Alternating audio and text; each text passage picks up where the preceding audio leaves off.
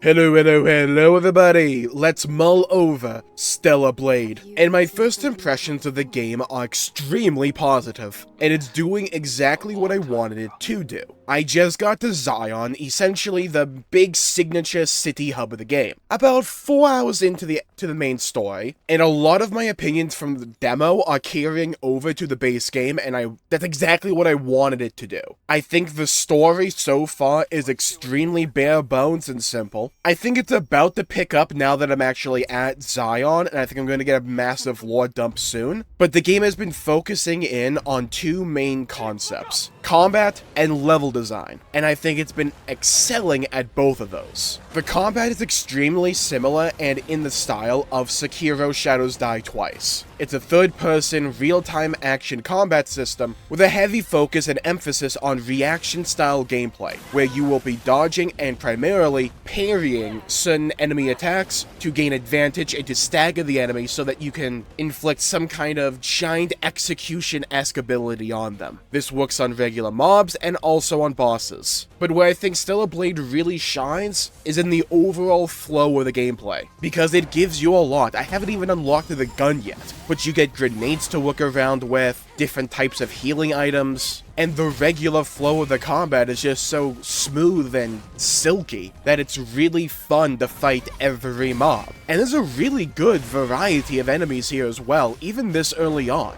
They utilize similar archetypes of mobs, but there's different variants of them that do different things. And because the gameplay is reactive in nature and based around parrying and dodging, really small and minute changes that may seem small on the surface can give you a really good sense of enemy variety. The game has a system called beta skills, and these are basically larger abilities that you have to work up to be able to use. You get 4 of these abilities. 2 unlock baseline, 2 you unlock through the skill trees. One's a single target, like stab ability, which is really strong and can like interrupt the enemy.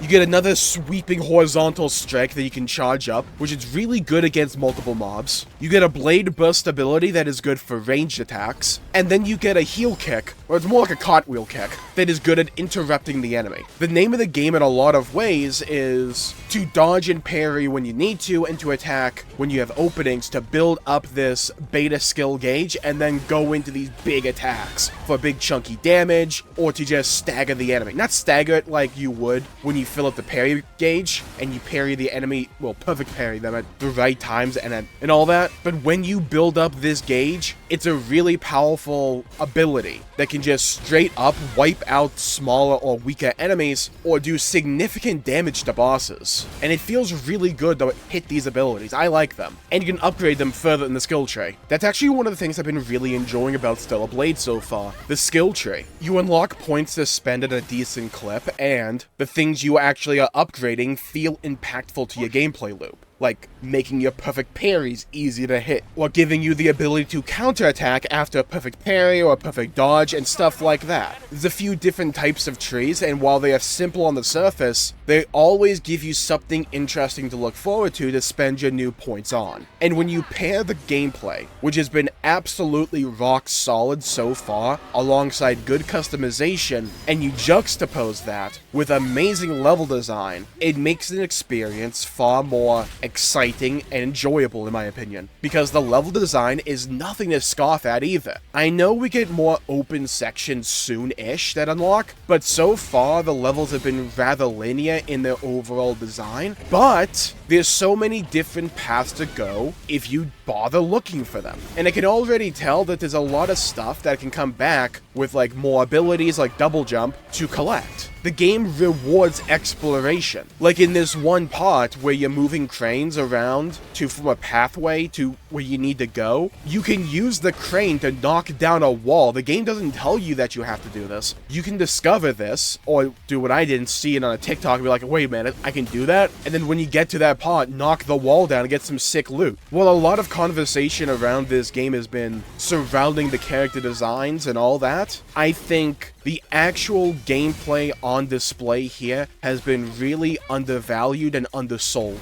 The level design is extremely enticing, and it's paired with amazing gameplay as well, and the bosses have all been rather unique and interesting visually and mechanically. Now granted, in the live game, I've not died to a boss yet. I fought like 4 or 5, and I've just been one-shotting all of them, but I've been also enjoying them as well. So I can't imagine if you are like a veteran Sekiro or Souls player that you will have all too much difficulty with this game, at least so far. I think it's a case that the gameplay loop is just that fun that I don't mind it even if the game is a little bit easier. Maybe an argument could be made that if there is a hard mode, that it should have been unlocked baseline. I don't know. I don't like this system of games like holding off on hard mode till after you beat them, but it's whatever. The animations are gorgeous and they're varied and they feel visceral. When you land an attack or you land an ambush, it feels good. It sounds good. These levels are gorgeous. I love the ruined, like, desolate landscape architecture they have going here. Hell, they made the sewer level pretty and gorgeous. I don't know how you managed to do that, but they did. The lighting in this game is really good. The story and lore so far has been rather in the background and